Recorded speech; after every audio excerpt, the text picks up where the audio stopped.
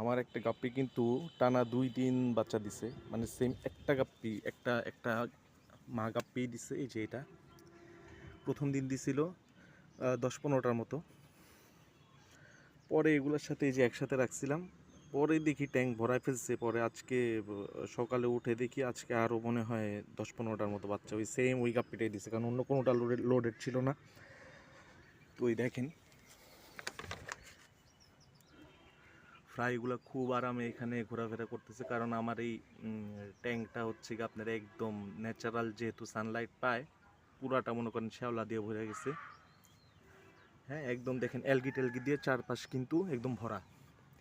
এটা ওইভাবে ক্লিন করি না, খালি পানিটা একটু কমে গেলে ভরে দিই কিংবা একটু চেঞ্জ করে দিই কিছুটা পানি। তাছাড়া এটা যেরকম আছে এরকমই থাকে। ওরা এইখানেই খুব স্বাচ্ছন্দ্যে ঘোরাফেরা করে। এই দেখেন কত ফ্রাই, আমি গুনি নাই, প্রায় ৩০-৪০টার উপরে আছে সব মিলায়, বোঝা যায়। কয়েকটা হচ্ছে গিয়ে ২ দিনের আর কয়েকটা একদিনের।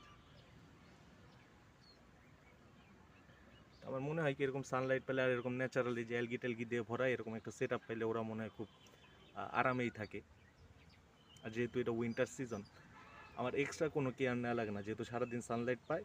রাত্রেবেলা ঢেকে দিই যাতে শিশির না পড়ে, ঠান্ডা না পড়ে।